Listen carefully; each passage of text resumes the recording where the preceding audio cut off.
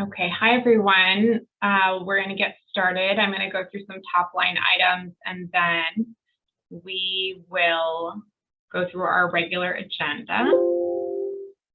So greetings everyone and welcome to the August listening session for the California Truth and Healing Council. Monday was the Eastern California listening session, with Northern yesterday, Central today, Southern tomorrow, and a regular business meeting of the council on Friday at 1 p.m. My name is Christina Snyder, and I'm a member of the Dry Creek Rancheria Band of Pomo Indians and the Tribal Advisor for Governor Gavin Newsom. Before we get started, I'd like to acknowledge the land I'm joining you from, the ancestral homelands of the Patwin people. I'm now going to briefly walk through some of the logistics and preliminary business for today's session. First, we are recording this listening session, and it's available for public participation via Zoom and dial-in. The recording and summary notes will be available on the CTHC landing page and blog when they're ready. They're also updated on the YouTube channel for the Tribal Advisor. So if you go to YouTube and subscribe to that channel, you'll get them as they get uploaded. So right now we've got 2 from July that are uploaded. The final 2 will be uploaded today, and then this week's listening session should be uploaded by the end of this week as well. For those interested in following the council, ongoing updates, including listening session recordings and the listening session summary documents, are available at the California Truth and Healing Council updates blog at catruthandhealing.com, and that's all spelled out. You can also get updates for events by following the Governor's Office of the Tribal Advisor on Facebook, Instagram, or Twitter. Additional details, including meeting dates, agendas, and background information, are available at tribalaffairs.ca.gov/CTHC. If you've not already done so, we appreciate if you could update your name to let us know who you are so we know who's joining us today. We're going to start with brief introductions for those of you who have joined us and want to introduce yourselves or say a few words. And then, as always, we'll dive into a quick overview to get everyone up to speed on recent updates, and then we'll go into the listening and discussion portion of today's convening. If you would like to speak at any point, you can raise your hand and I'll call on you. If you're using the Zoom app, you should be able to raise your hand using the app controls, but you can also use Alt-Y in Windows or Option-Y on Mac to raise or lower your hand. If you've dialed in, you should be able to raise your hand by pressing *9. You can also, if you're on here, just unmute your line and make any comments as we go, provided that it's not too disruptive to the flow of the meeting, and provided that you're not interrupting anyone else's comments. You can also email written comments to info@catruthandhealing.com, that's all spelled out, at your convenience. Now, before we begin, I would like to remind participants that all of our council members, council staff, and many of you are members of the victim population in need of collective healing. I apologize, I'm next to the fire department, so you may hear some sirens. I'll pause for just a second. Okay, so I ask that you engage with the council, our office, and each other with respect and with your whole heart in a healing mindset. Many of us doing this work are navigating systems that were not built for us to make change that was never contemplated. This in itself takes an enormous amount of patience and emotional integrity, and we are doing our best to make strides in these spaces. So thank you again for joining us, and now feel free to introduce yourselves to the group. I'm going to start with our council members in attendance. So let me, Council Member Kessler-Mata, would you like to say a few words? Sure. Hi, folks. I'm Kusla Kessler-Mata. I'm calling in from Ohlone Territory, San Francisco, and I am representing Central Region. I sat in on Northern Region's meeting yesterday. I'm sitting on the academic subcommittee and the finance subcommittee if you have specific questions or concerns about those ones. And unfortunately, I do have a hard 2 p.m. Time. I have to go pick up my kids from school this week. So sorry about that in advance. Great, thank you, Council Member. And Council Member Stiss, would you like to introduce yourself? Sure. I'm from the Wintu area. I'm Winnemem Wintu, and for the northern part of this Truth and Healing, and kind of listening into some of the other areas, and hopefully we can put some things together and figure out how to best make some things happen for California Indians now. I am on generator power right now, as we have an outage for until tomorrow, and it's pretty smoky up here, and the fires are still going pretty good. And so if I just leave, it's probably because my generator ran out of gas. I'm on my way to get some, but I didn't stock up yet. Okay, so I hope we have a good session here. Thanks. Thank you, Council Member, and thank you both for joining us. I know there's some constraints and challenges, and also school year starting, so really appreciate your joining us. Loretta, would you like to introduce yourself to the group? Sure. Hi, everybody. My name is Loretta Miranda. I am serving as Chief Deputy Tribal Advisor and Special Counsel for the Governor's Office. I am Serrano and Cupeño from the Morongo Band of Mission Indians in the Central Region, and happy to have you all here today. Thank you. And would anyone else like to introduce themselves at this time? You can go ahead and unmute your line and say anything you'd like to say before we go into our overview.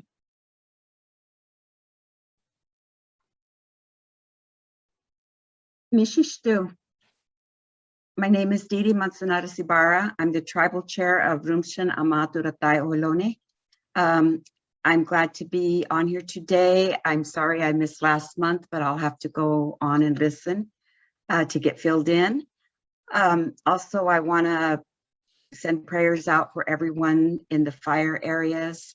I'm down here in Southern California and our winds are really kicking up. So just prayers out for everyone, and hopefully we don't get any fires down here. Thank you. Thank you. Robert? Hello, everybody. My name is Robert Levi. I'm from the Torres Martinez Band of Desert Kuya Indians. I've been on this Truth and Healing Council just as an educational person to let you know what's happening in terms of the healing process through education. So, and before I forget, I just looked on Facebook, and Assembly Member James Ramos has a cultural awareness event on Monday, the 23rd at 5 o'clock.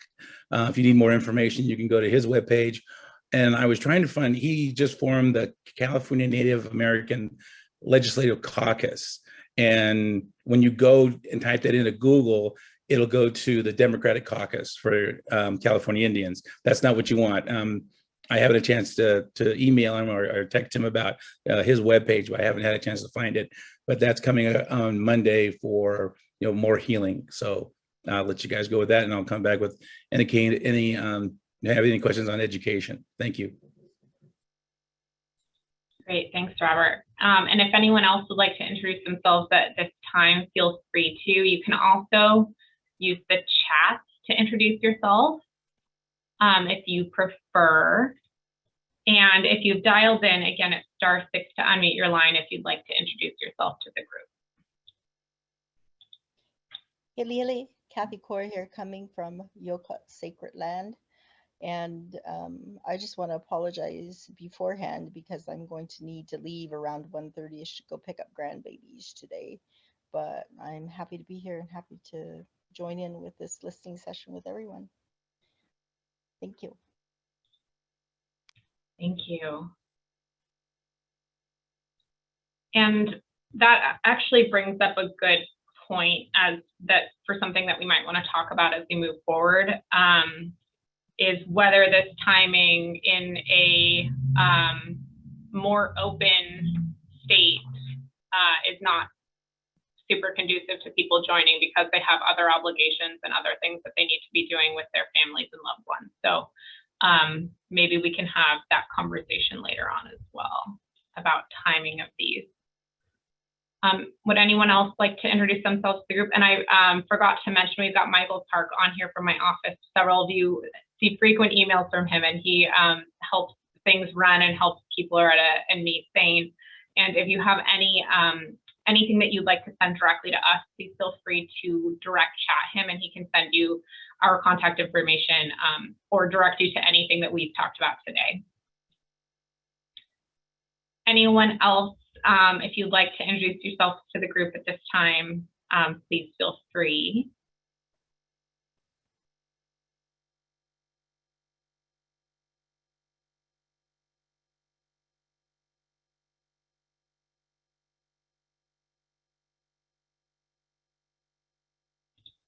Okay, I think I've let enough awkward silence pass so that I'll go into our overview document. And feel free as we go through the overview, if you have any comments, questions, concerns, or you'd like some clarification, or you'd like me to speak more slowly. I know I kind of rushed through things.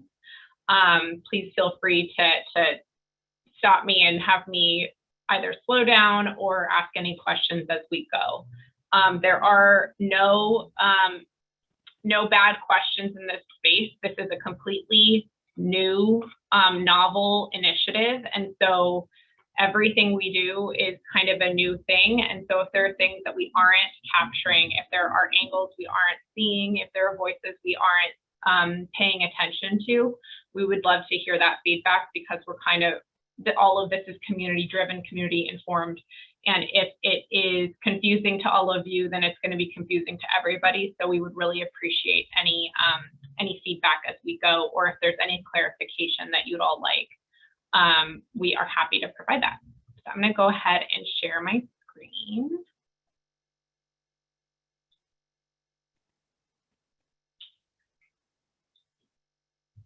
And we will get started.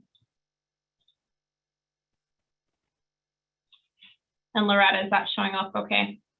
Great. Okay, so I also wanted to note that these new photos that we have are from Loretta's personal collection, and they were taken throughout California Indian country. So we really appreciate it and really love to be able to see these spaces as we do this work. So our agenda for today is we're going to, again, go through an overview of the council and its charge. And we do this every time to make sure that those of you who are joining us for the first time, or those of you who may be watching via YouTube and just jumping into one of our sessions, have an understanding of what the council even is and what its scope is and what its jurisdiction is. So that you can understand what we're trying to do here and how you can think about the work that's being done to give us the best kind of targeted feedback as we move forward. So we'll go through an overview of the council and its charge and how it was created. We'll then go through the meeting agenda that's going to be for Friday's meeting. And then we will go through updates that have happened in the past month, and then we'll open up to an open listening and discussion portion. So if there's anything that you prepared to tell our group today, or that you'd like to tell the council, but you may not be able to attend the Friday meeting, that's where you can say whatever's on your mind. And you're not really limited. I think if you have anything that's even tangentially related to the work of the council, we'd love to hear from you. And then we'll go through one of the documents that the council is going to be working through this Friday, and that's a respectful meeting document. The goal of that, which I'll talk about a bit more in a moment, or later in this listening session, is to make sure that we are framing these meetings as a space that's safe for people to share, open up, do the work of healing without getting, cross trauma or getting re-traumatized or getting feeling as if they're not welcome in these spaces. So we'll go through that document later today. So what is the California Truth and Healing Council? The council is a council made up of representatives from California Native American tribes charged with bearing witness to, recording, examining existing documentation of, and receiving California Native American narratives to clarify the historical relationship between the state and California Native Americans in the spirit of truth and healing. And this is pulled straight from the governor's Executive Order N-1519. This is the actual language from it. And so to translate, the council itself that we've appointed is here to witness and also to record and examine all of these things. So is not necessarily charged with creating a narrative, is not charged with being the voice of California people. They're charged with receiving those voices and making sure that those voices are accurately reflected in the outcome document of this council. So they can look at both existing documentation of, and we'll talk about that in a little bit. So there's a ton of existing first-person materials that the council is going to be thinking through how to incorporate. There's also non-native narratives that they're going to think about whether they want to incorporate those or have those not be a part of this collective story of California. And then they're also going to receive new narratives or narratives that haven't previously been incorporated into the California history or the California story. And so they will also be receiving consultation and different narratives from and experiences from California Native people to build out that history that has been told from the viewpoint of the settler colonizer experience. And then the whole overarching umbrella here is that this is done in the spirit of truth. So telling the whole truth as framed from a Native perspective, and then also to heal the things, or in an attempt to heal the ongoing wounds that were caused by this historical relationship and or lack of relationship. The council will submit a final written report of findings to the governor's office by 2025. And the report should reflect a holistic understanding of the historical relationship between California Native Americans and the state. It should also make recommendations aimed at reparation and restoration and consider how to prevent similar depredations or policies in the future.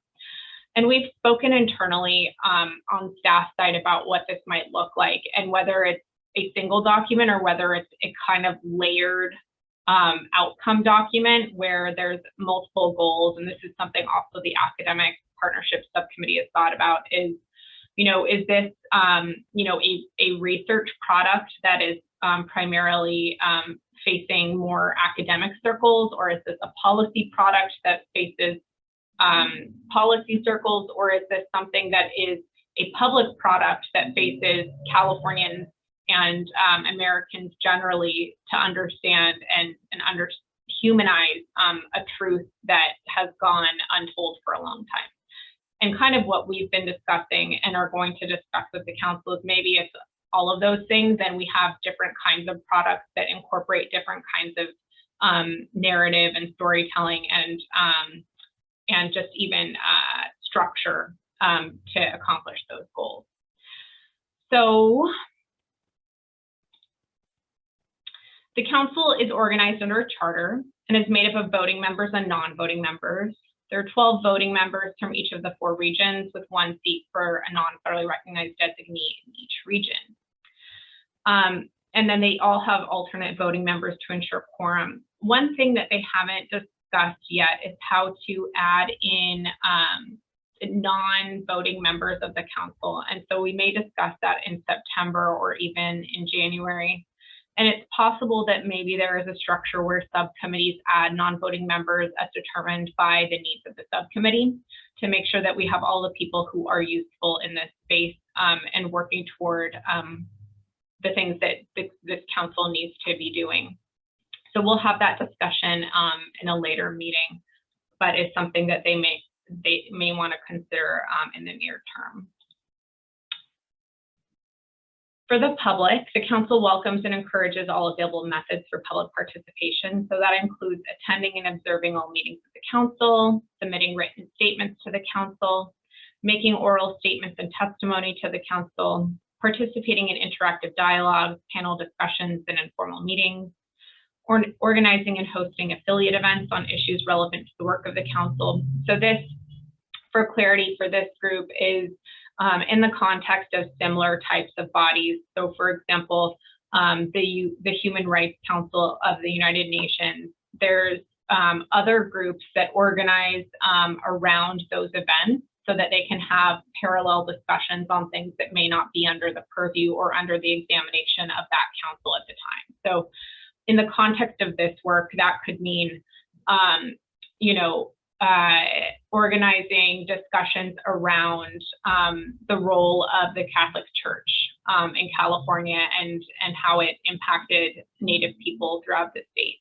It can be discussions around the role of the United States government, the federal government, and their role that complements kind of this piece, and how that what that role was and what they should be accountable for. It could also be affiliate and partner organizations that want to support the work of the council without necessarily taking up critical resources of the council that are going towards this targeted jurisdiction. And so that's just kind of as we move forward and as we shift into the normal meetings of the council, even if they are virtual, that what we would like to see, and in an ideal world, what we would see is that, there are a couple of days leading up to these quarterly meetings where we see other affiliate events happening around the council meeting. So for example, a morning discussion about whatever people want to talk about, or if there's a historical society in the area that wants to host something based on the resources that they have, that's the type of thing that we're kind of thinking about. And then also join the work of the subcommittees as we move forward. And I'm going to talk about this and touch on this in a little bit. We've got some strange legal constraints and some strange constraints given the concerning rise of the Delta variant of COVID-19, where we're going to potentially have a gap in the ability for this council to meet virtually, but also do not want to encourage folks to be coming from different places to meet in person. And so we'll have some time probably over the next few months to just kind of hammer down some of the substantive foundational work of the council. And so we'll be thinking about how to structure more subcommittees to be able to do some of the substantive work in the next couple of months alongside those quarterly meetings, and then also in anticipation of shifting into that different kind of structure where the council's focused less on the kind of foundational work and structural and policy work, and shift more into the actual testimonial and healing work.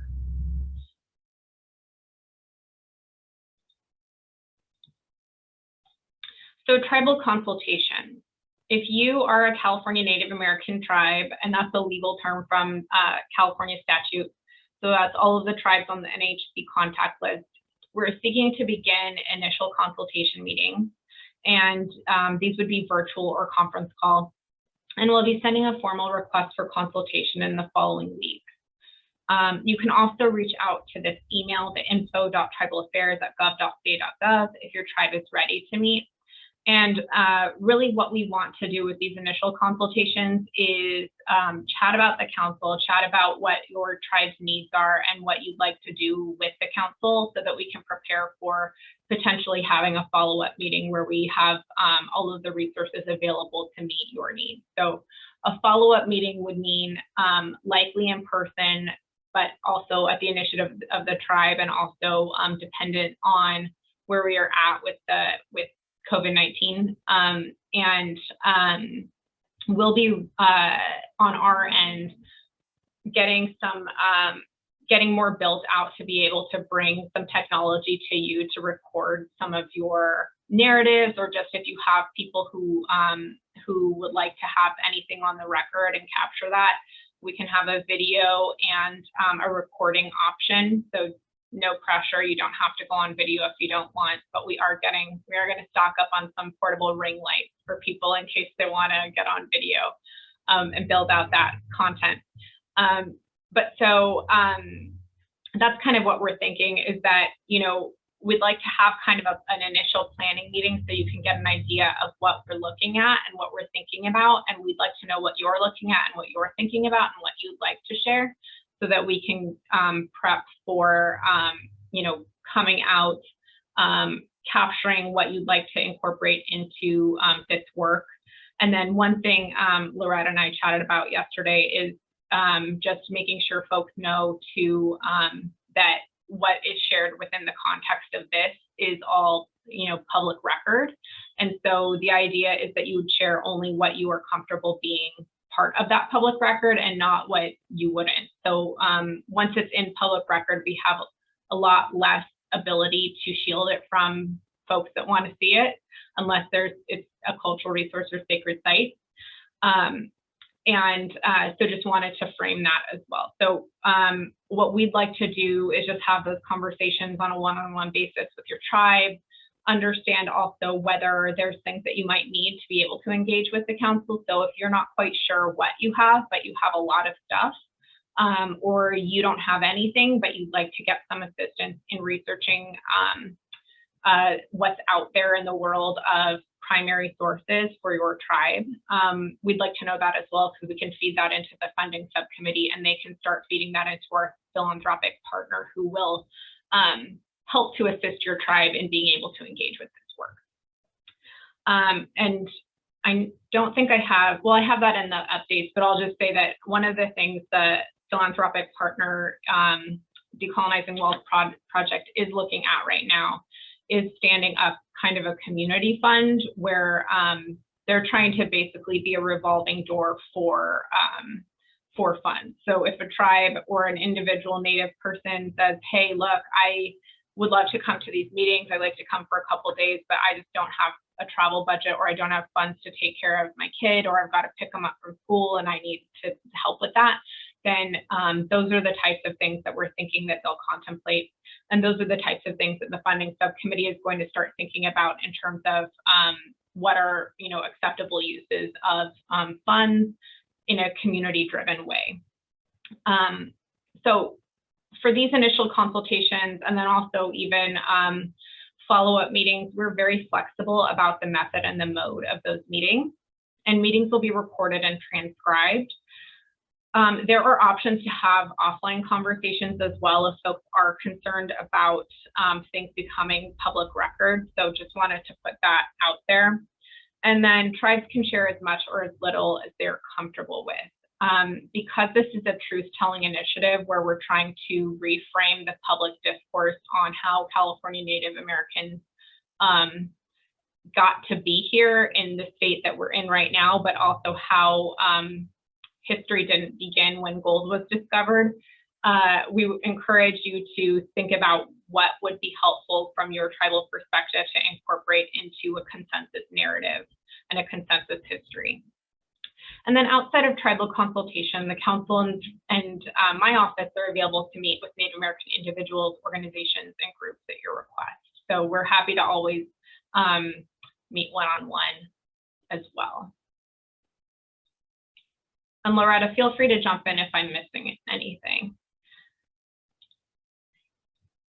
And then, so this year, the council has been doing monthly business meetings to build out the foundations of its work, with the anticipation that, we'll need to have a lot of tools and process in place before we even engage in that, in the meat of this work. So for example, having cultural wellness, emotional wellness, having those kind of resources available before we start talking about some of this really awful period of time. That's kind of what our goal was for this year, was to create those foundations and make sure we have the communications resources, the research resources, the contracts in place to be able to do the bigger work. So the next meeting is this Friday, and that will start at 1, and it's available via Zoom. I don't know if we have a streaming contract in place at this time, so I would encourage you on the safe side to just join via Zoom for this Friday. But we will update the agenda in the event that we do have it streaming as well. And then the next one will be September 17th. And then the October and November, it looks like Councilmember Sisk has a friend on.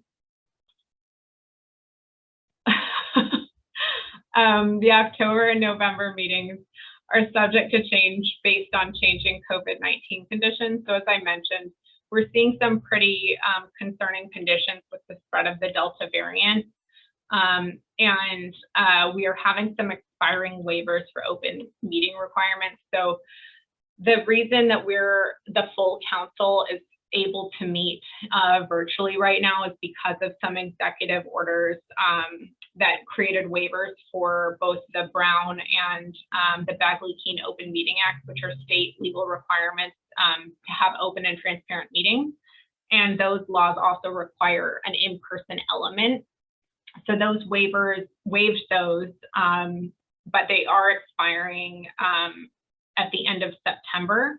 And we think that there may be a legislative vehicle, but that at this time it looks like it wouldn't be in effect until January. So there's a gap there where we would have, where we wouldn't have the ability to meet with the full council virtually. And then just because of the COVID-19 conditions, and also adjusting to folks having more obligations like school, like in-person other things, we are thinking that we'd like to take those remaining months to work kind of in the subcommittee structure and then get everything else in place before January so that everybody's ready to go by next year. And hopefully we'll have better conditions then. But if not, we've internally been talking about how we can potentially have hybrid meetings that have the spirit of the council and potentially extend the timelines for this as well, just so that we have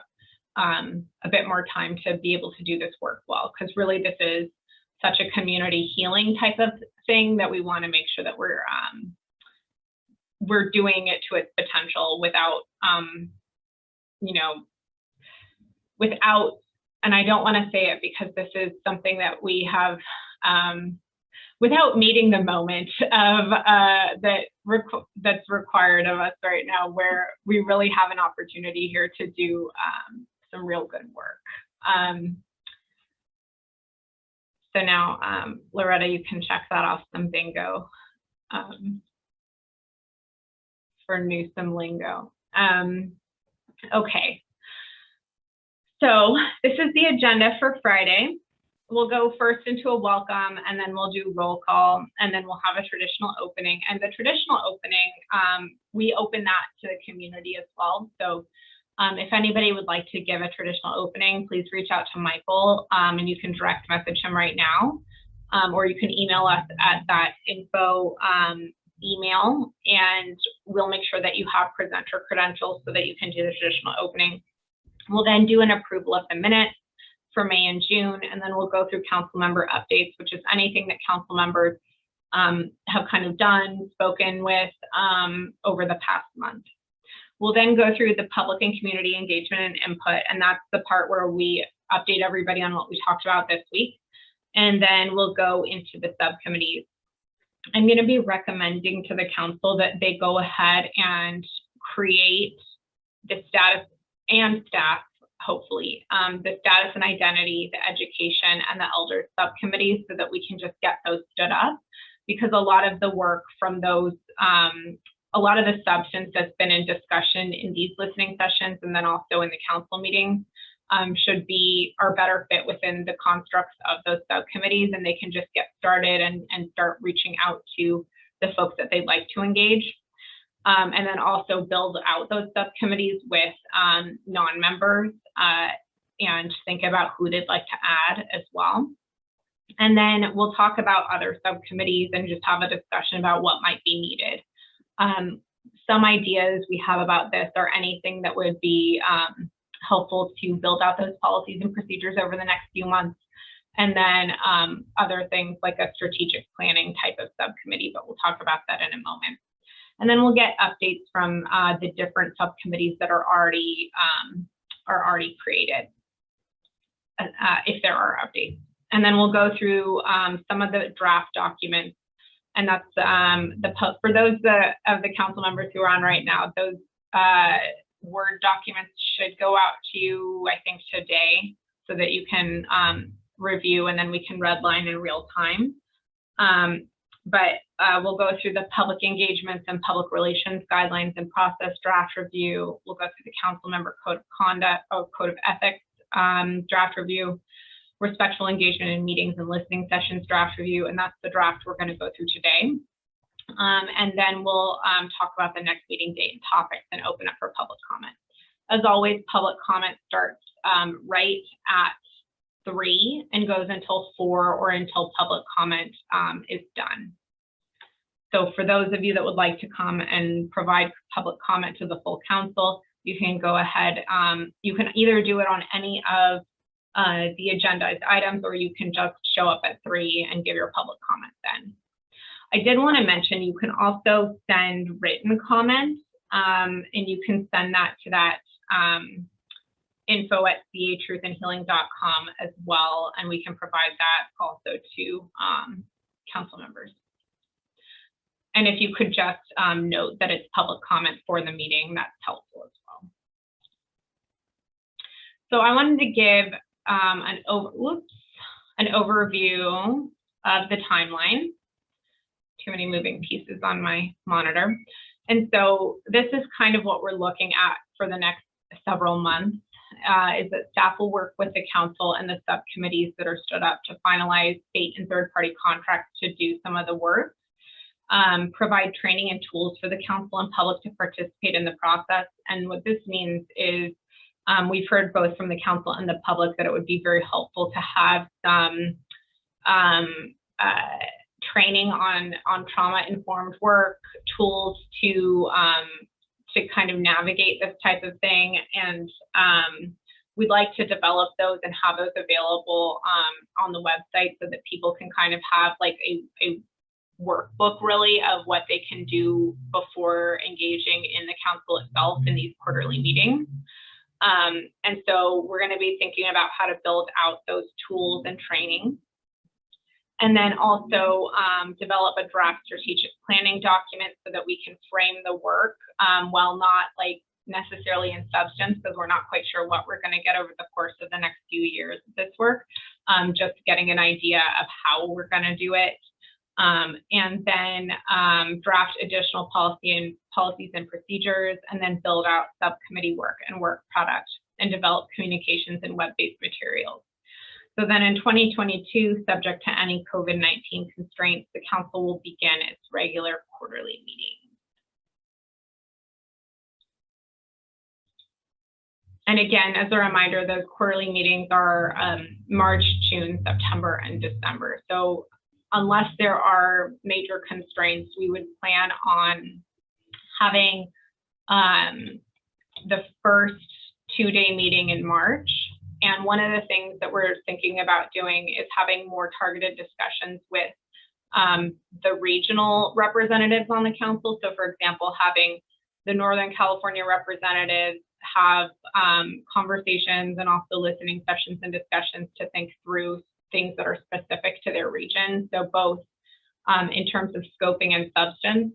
So like what, for example, in the southern region are the major things that this council should be aware of and should be thinking around. So, you know, if there are certain statutes, certain acts by the California legislature that particularly impacted San Diego and Imperial County tribes, what were those, so that we can kind of think around those, and points in history that are really problematic from the perspective of Southern California tribes. And then also we'd like to task the regions with thinking about where are places that are meaningful for those regions. And so, you know, is it the location of a treaty signing? Is it the location of a village that's in Yosemite that now no one can access? So there's a lot of things that we'd like to think through so that we can also get those locations at least for the next year, because each of the locations are going to be rotating throughout the state in the different regions, get those locations solidified. And then if we have constraints, we can think about how to work around those and have either hybrid or stream from those locations so that we can at least have some of those elements still incorporated.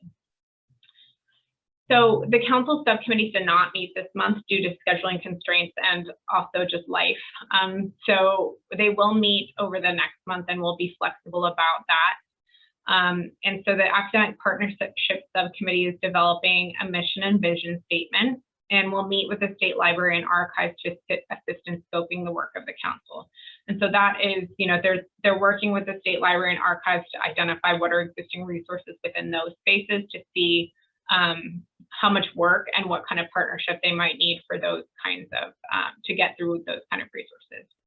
And then the Youth Council Subcommittee has met and seeks additional community engagement to address outstanding questions.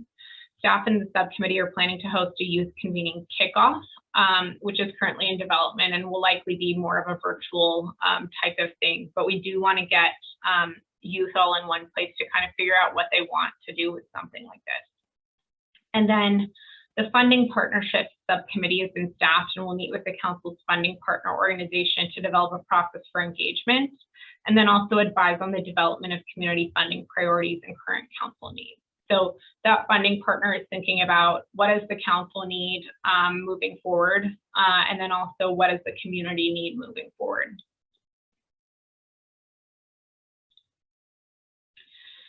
And then, as I mentioned, these are other subcommittees that are currently under consideration, and I'm just going to recommend to the council that they stand up these subcommittees and hopefully staff them so that those subcommittees can get moving and start thinking about how they're going to frame, or what the frame is for those pieces as well.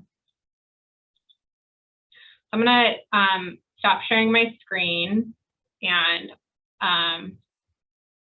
open it up for general discussion if anybody has anything they'd like to chat about at this time. Saw that there was some stuff in the chat.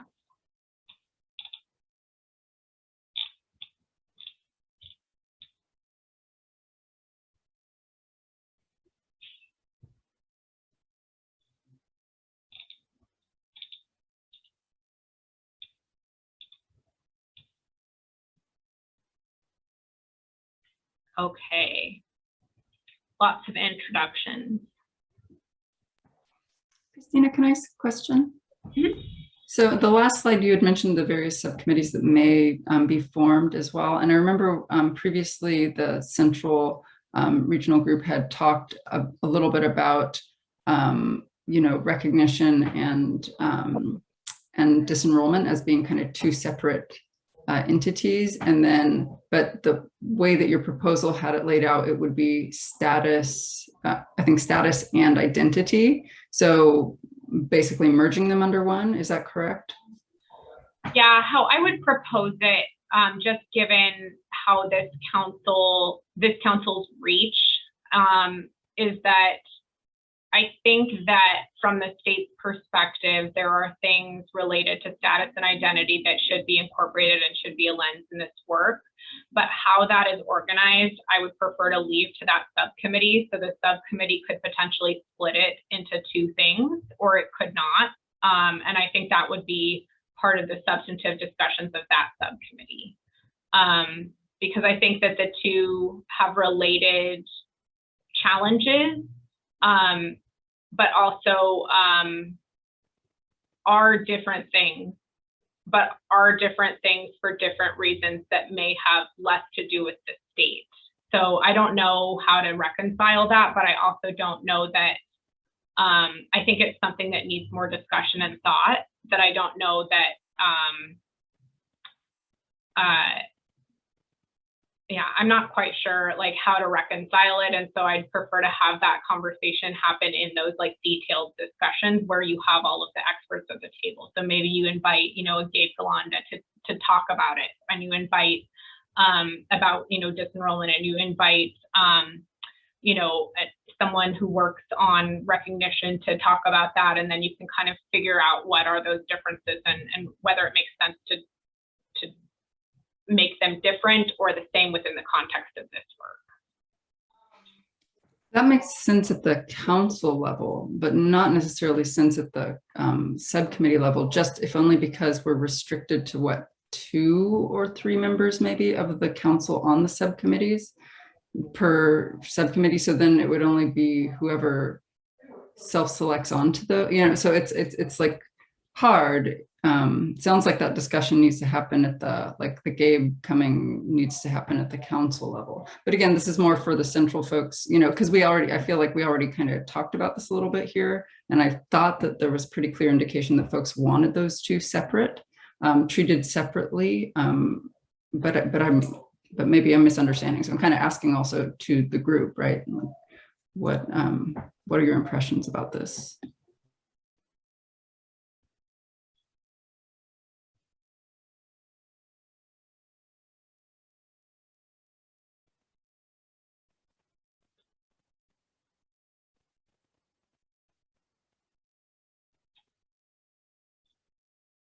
No, let me just chime here for a second. All right. Anyway, yeah, it sounds like depending on how many council members there are and how you're going to divide up the subcommittees into who's doing the field work. Because as Christina, you mentioned before, when I'm thinking about the educational subcommittee, is that if you're looking at Imperial and San Diego County for the southern and for the central, I think you're looking at LA, Riverside, San Bernardino, and I believe another county. That's a lot of field work. And again, I don't know how you're going to structure the meetings if the subcommittee persons are going to the sites, are to the reservations, or the community Indian educational centers, or who's doing the legwork. So you might have to think about how many council members there are. Do they have enough time to do it? And then again, who's within that subcommittee, and then they're doing what their position is going to be, what their jobs are going to be. It just depends on the man work. And I don't know if you're thinking about outsourcing that man work. Again, I think that's something that you need to bring up on Friday to see what's going to happen, because if you can separate it, maybe that's a good idea for the central, since that was one of the main concerns that we had. What was that identification of non-recognized Indian tribes down here too. And again, up north they were talking about in terms of the rancherias. So I think it's just going to be mostly, do you have the manpower? And if you don't, do you have the budget to outsource that manpower? Thank you.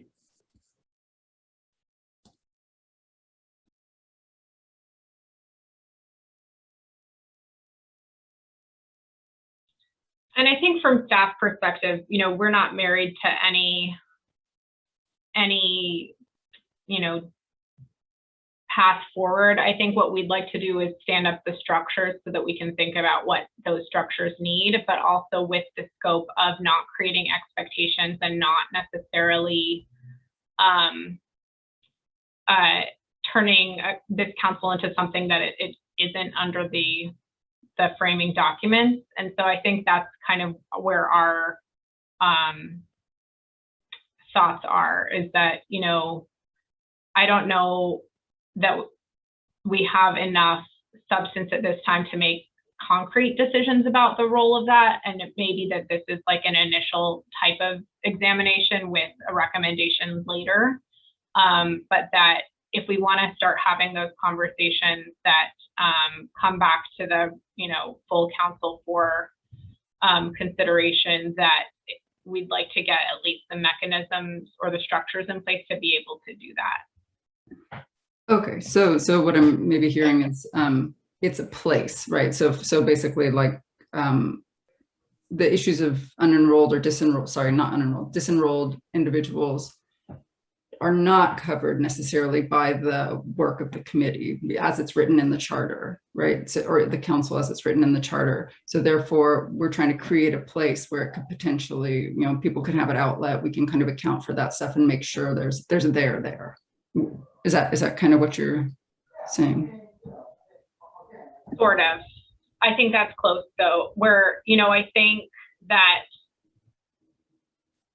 the charter and the creating executive order have it's a broad scope, but it's a defined scope. And so, the issues of, disenrollment, for example, as a concept, that particularly is not something that we think is within the jurisdiction of the state or should be within the jurisdiction of the state, but it's clearly something that impacts California Native Americans in being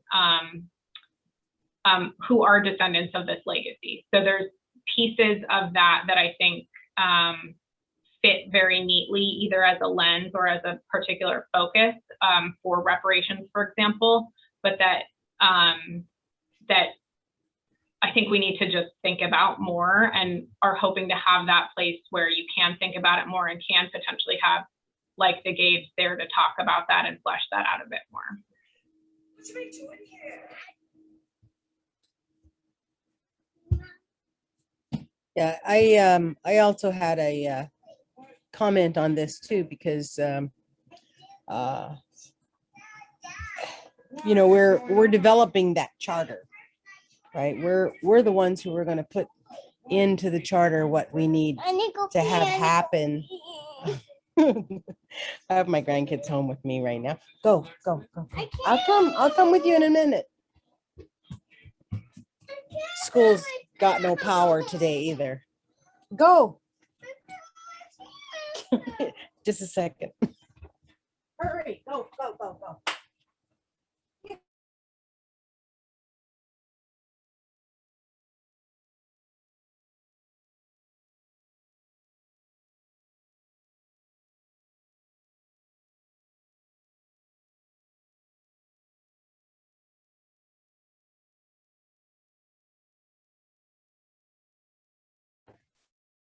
Councilmember Sis, you're muted, sorry.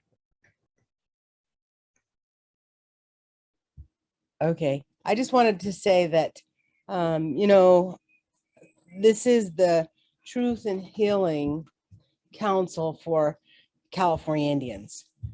And one of the things I think is that this council could get to some of the truth and healing of unrecognized tribes being left off the list, people who have no rights, who are still tribal people.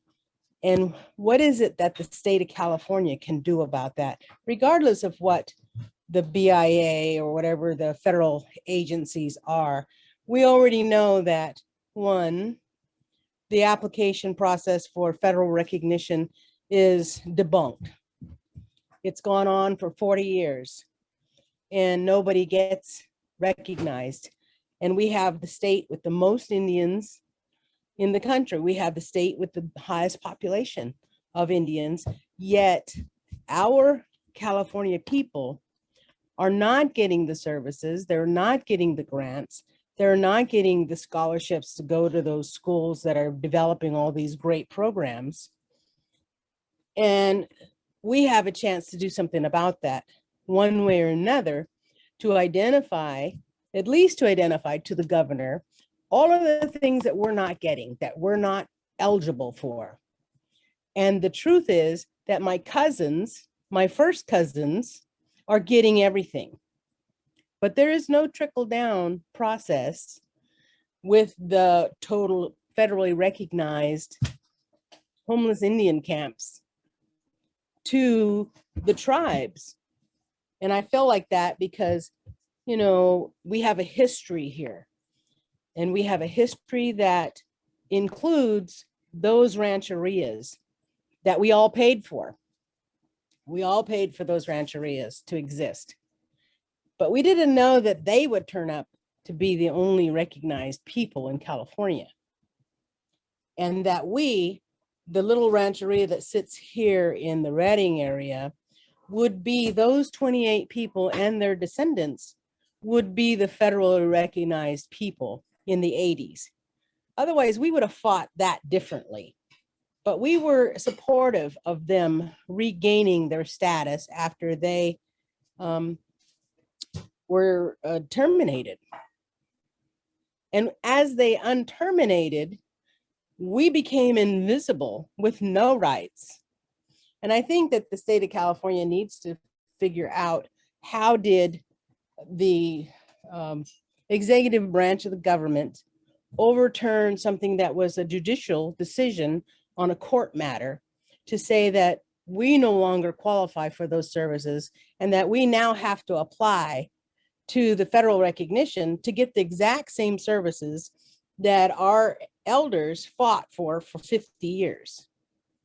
And we enjoyed those benefits for what, a good 8 years. And then all of a sudden they were stopped. They stopped and they said, you can apply to get them back. So I want us to know, I want us to figure out, how did that happen? How does it overturn? And what is the state's responsibility for California Indians here when, you know, this Shasta Dam benefits every citizen of this country or this state, yet the tribe gets nothing, gets not even any services, and has no land from all of that was taken for the state of California. And so I'm thinking, yeah, we need a committee and we need to decide, you know, some parameters of that, and we need to do some research for that. And then we need to contact all of the tribes to see what their history was and how their recognition status is going. And that we might recommend that state of California be like in the court order, on or near reservation for all services, and stick with that, regardless of recognition status.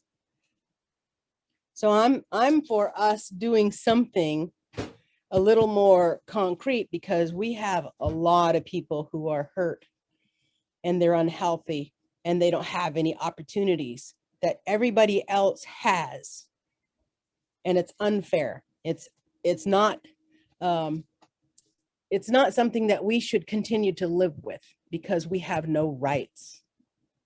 And when you have no rights, you're talking about possession of eagle feathers. You're talking about use of cultural lands held in the public domains. You're talking about rights to better health care. You know, we don't have those things. And so the Truth and Healing has got to start looking at, how do we get on even ground? Because even though we have a subcommittee on education, we're not going to benefit from that. Even if you put more money in that, we're not going to get it. We're not going to be, our kids are not going to be the opportunists for that. So I think we need to really look at what can this committee do while it's in office, while Newsom is willing to listen to some of the issues that are at the heart of California's truth and healing. Thank you. So thank you. No, and I think that's right. So this is why we would like to stand up a subcommittee to think about these issues more critically and to think about what are the potential solutions here. So I know Councilmember Kessler Mata had mentioned, you know, if we're going to have recommendations aimed at reparation and restoration. So let's go back out to the Mile High view, where we say, look, all people of California native descent are from this legacy of genocide. So anything that we say that is restoring that needs to be done in an equitable way that accounts for everybody. And so one of the things that we had mentioned, or that Councilmember Kessler Mata had mentioned before, was thinking about, well, how do we create an inclusive definition of a California native person that would allow us to have equitable policies and procedure proposals that would address that? Because tribalism doesn't necessarily address the fact that I could be a disenrolled late person who has an ancestor who is a part of this legacy of genocide. And so I'm still a part of that, and I still have that with me, and I carry that, but I can't go and get, you know, I can't go say that I'm a native person, because they won't consider me unless I have my enrollment number, for example. You know, I could be a descendant and I'm not qualified to be a part of a tribe, so I'm not part of that government process, but I'm still a part of this legacy of genocide. So I think that's what we mean when we want to create this structure, is like those conversations need to happen at a level of detail and with a level of of just eye on what are all of those gaps so that we can have actual meaningful proposals for shoring up those gaps.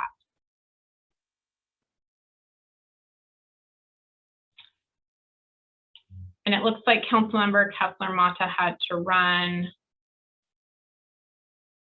Okay. Additional comments, questions, and concerns, and we're kind of in just the opening, listening, and discussion portion at this point. So folks just have thoughts or questions, happy to just have the open floor if you'd like to weigh in. I guess it's my turn now. Well, looking at public education, what we're doing right now, I believe someone earlier said, something's got to happen.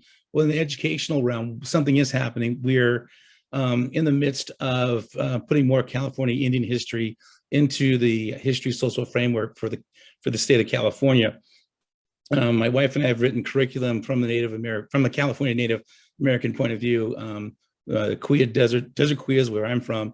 Also, we've had the assistance of Melissa Moreo from Woodlands Community College and Browning Nadu from, I think, Cal State Chico. Yesterday, we had a student called Evers. Am I getting it right, Christina? Evers, who's working Berkeley, developing curriculum. Also, Councilmember Burris is also working on curriculum through UC Davis. And I just made the suggestion that when they do finish this curriculum, if they run it through CTA, which is, again, the second biggest union in the state of California for teachers, that if we endorse it, the public schools are going to have a hard time saying no, that we don't want to put that curriculum in. So again, and then also that's James Ramos's AB 1554 and ACA 6 that's going to the legislature right now. Also with ethnic studies coming up as a graduation requirement in 2024, we need more California Indian, American Indian teachers to teach that fourth component for ethnic studies, or else we're going to have a non-Indian trying to empathize as best they can with American Indian, California Indian traditions, and what we want to get out there.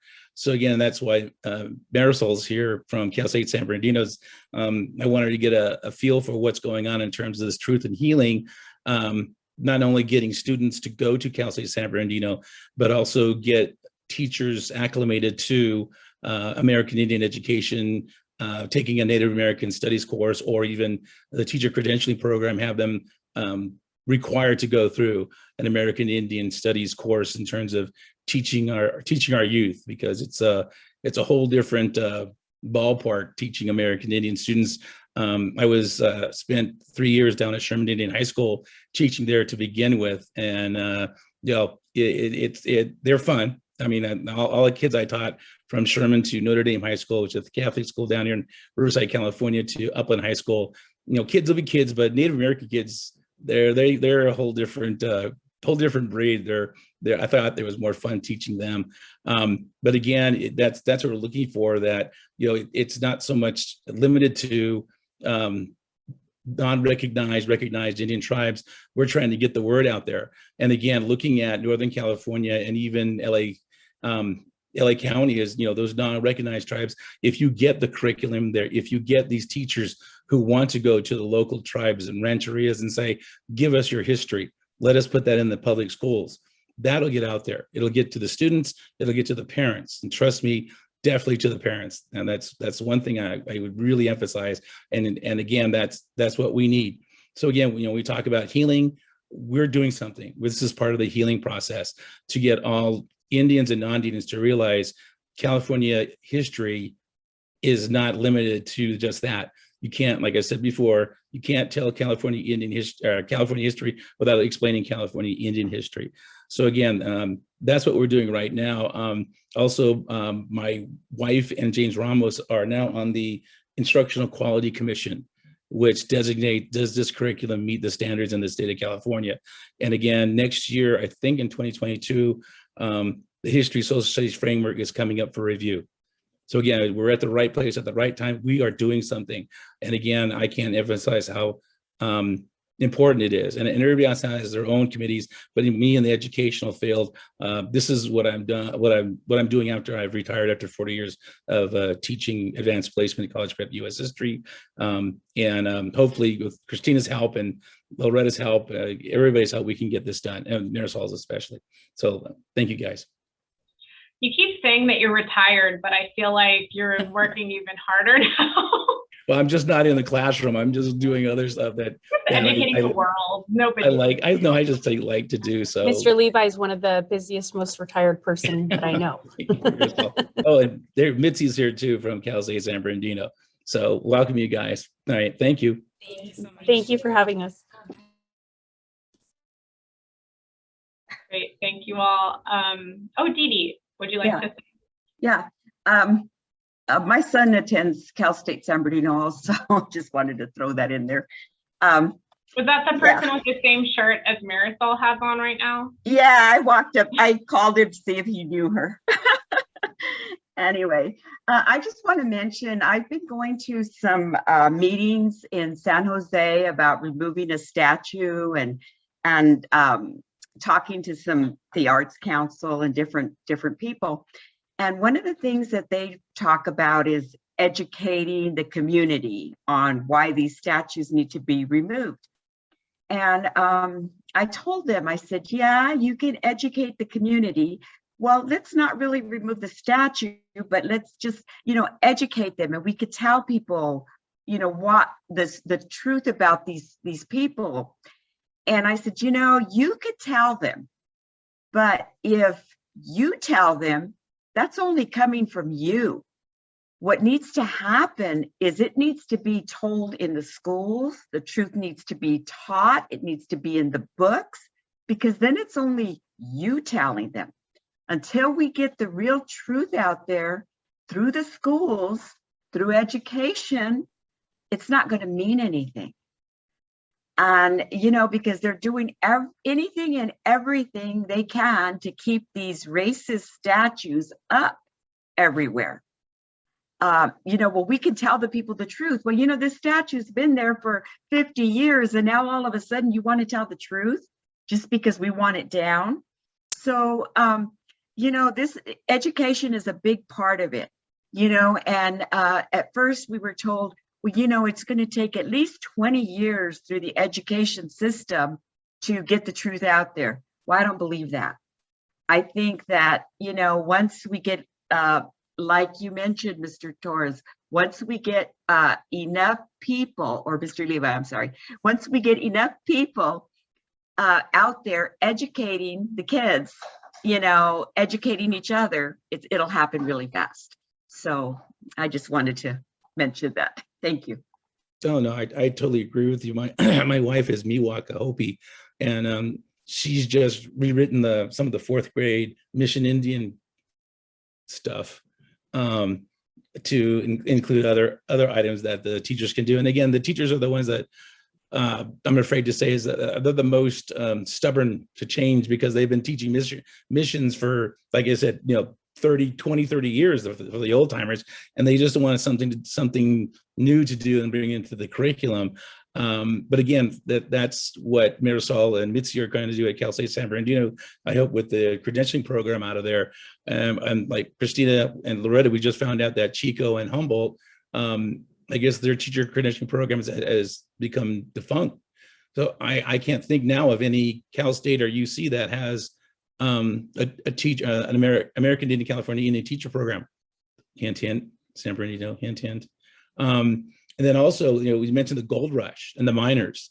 And, my wife at her school, and probably for the district, we'll talk to the equity compliance director and say, we need to get rid of that too, because that's they romanticize and glamorize that time frame.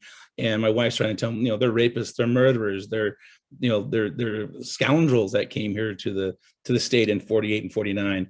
So again, we're doing something. So again, those of you out here think we're not doing something within the educational field. We are attempting to get the truth and get the healing done.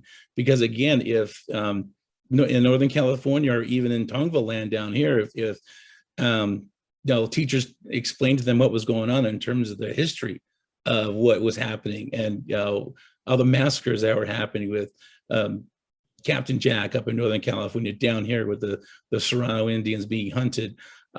We could realize it's exactly what's going on, and what does that statue actually mean in terms of your pleasure, you're honoring or making an icon out of a murderer or a rapist. So again, I'm hoping with you. I hope that does happen sooner, but it is going to take some time. I hope you're right in 5 to 10 years. But as soon as we get Mitzi and Marisol doing their job, it'll be done quicker. Not to throw you guys underneath the bus, but to throw you guys underneath the bus. So we'll get those guys from Soboban and Morongo and Torres Martinez, Agua Caliente to go to Cal State San Bernardino if we can. And again, I'll do the best I can to help this process of healing continue. So again, and thank you for your comments. I really appreciate it. So again, thank you. And I'll leave it to you guys now. Bye. Thank you. And that's so true. It's not just like the people that and the names that are being unconsciously glorified. It's also the ethos and the values that are being reinforced without anybody knowing about it because they're so prevalent. So like when Indiana Jones is your hero, of course you're going to go dig up Native remains because that is a principle that has been reinforced over and over. And the same thing when things are named after Cabrillo, you're going to think about conquest as something that's inherently positive. And so it's really how we also tell the stories and how we glorify certain values and how we even frame it, and how we humanize people as being, this is like women and children, human people that were massacred all on the same day because of, someone stealing a cow. Like it's the things that happen, they're not just stories, they're actually like real events. And so we on staff side have also been thinking about like, how do you humanize our populations that are human, that still exist, that aren't like this romantic thing that happened before, but, are living, breathing populations that are still being devalued, and that the values that are present in society are so skewed toward, ideas of conquest and ideas that hold up certain Western values that don't actually translate to here. And if you can do that, can you solve the problems that a lot of people are trying to use Western ideals to solve, like climate change, like other things, other like cultural resource protection, like species and habitat restoration? If you can shift those values, can you actually better address the needs of this actual place? I'll stop talking now because this is a listening session, not a soapbox. So if anyone else has comments, questions, we've got about 10 minutes. I can also go through the respectful engagement principles. Okay, I'll go through those. Those will only take like 5 minutes. And again, why we're doing that is because we want to make sure that we are creating spaces for everybody to be able to engage in this work in a way where they don't feel attacked or like there's like personal lateral violence because of some of the legacies here. And that's kind of, with some of these discussions, there's the work of this council is focused on like what happened when California happened. So mining, gold rush, cattle, all of the things that kind of created the situations from the California perspective. And we want to make sure that as people engage in this work, they're not then looking at how people survived and how things played out afterward as a reason to engage in lateral violence, and that we can really like focus on this root of everything and then try to figure out solutions from there. So I'm gonna share my screen real quick. Oh, come on. Am I muted? You're not muted anymore. Thank you. I was like, am I not? I was going to get back to what the chief said. To me, when I look at your paperwork, on your webpage, policy advisory policy 102, 416, second century of dishonor. I mean, there's a lot of information on those. I was back then, we put in a lot of effort into those policies. you do see what's happening to California Indians, the unrecognized Indians. We happen to be one that was recognized but not put on the service list. We had schools built for us. I'm in the same position as my people, my tribal members. I'm the tribal chair. We do have a constitution, bylaws, and I know also the Native American Heritage Commission sent out a recent information sheet asking what is a tribe, to designate. I think I've sent in all that information from those 7 requirements. I think the state, this is the state, because the issue is at the state level. Federal policy, the state of California hid the treaties. We're talking the very beginning of time for us. So where are we at with that for state recognition? I don't see it on any subcommittee. I don't see anything being available for that communication at all. Are we going to even go that way? Are we even looking at that? Because as of today, my people still live in houses that were built in the 40s. We still have trust land, but we're not able to get policies done. We're not able to get grants. We're not able to do anything unless we create a nonprofit. Where are we at with that? I mean, I'm listening to education and such, which is great, beautiful, but I'm talking about here and now. I have people that can't get nothing. They're just sitting there, people that can speak our language. We can't get into programs. So to me, I think state recognition would be the best for California to give us. And we can fulfill those requirements, that's no problem. It's just like the chief said, the federal process, 83 process, that is a long journey. I've had so many elders pass away, close to 50 or 50 elders pass away trying to do this. And now I'm an elder, and I started this 20 years ago. So that's where I'm at. Are we even going to discuss that? Is it going to be brought up at all? Because I don't see anything being done on state recognition. So as I mentioned earlier, if that status and identity subcommittee gets created, that would be the space for those discussions. And what we're hoping is that space would bring forth substantive recommendations to be incorporated into the body of the council. So would look at things like what is possible, what are the things that could be addressed within the state's purview, and then that would be where those discussions happen.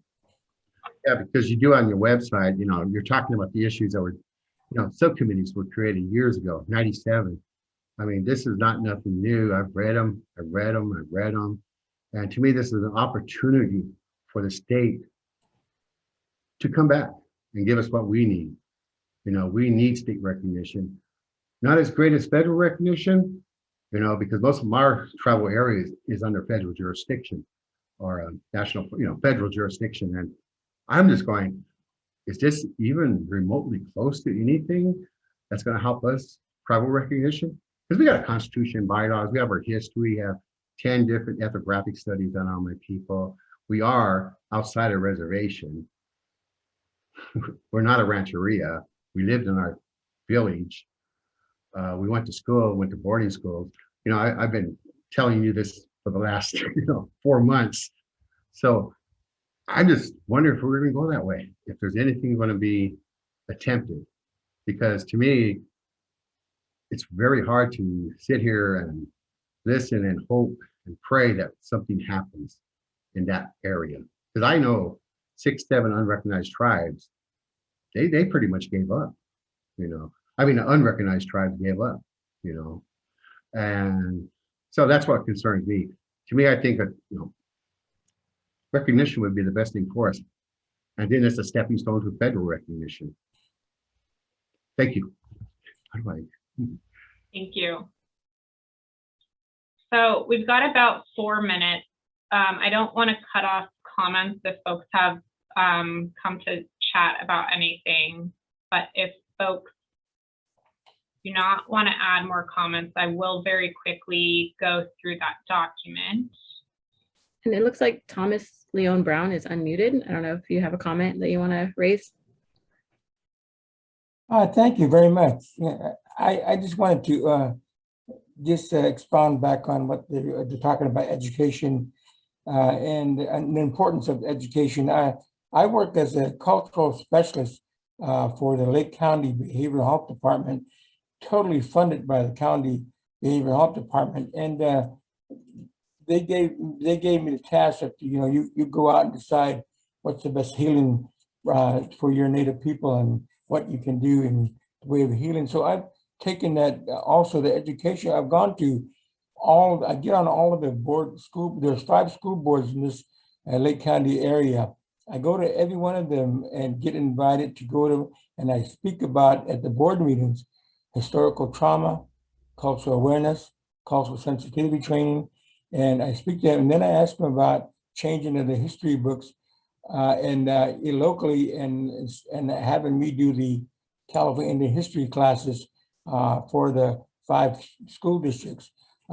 They have invited me to come to some of those and replace the teachers on some of the days and do that. Some of the schools won't let me do that, but that's what I'm trying to start that and using that as a way of healing. And also, one of the things that's really hard to deal with at school district is that with the teachers, unfortunately, I also provided a request that in my experience in seeing the children, that each day Native children that go to school in the county, every morning, the welcome would always be from the teachers or someone in the school. When they're getting off the buses or cars, they would say to them, good morning or buenos dias. I said to them, could you add iwipti? That means morning in the Pomo language. And they said, well, we'll have to have the teachers decide that. And there's over 1,000 teachers. If they don't want to say that, we can't make them say that.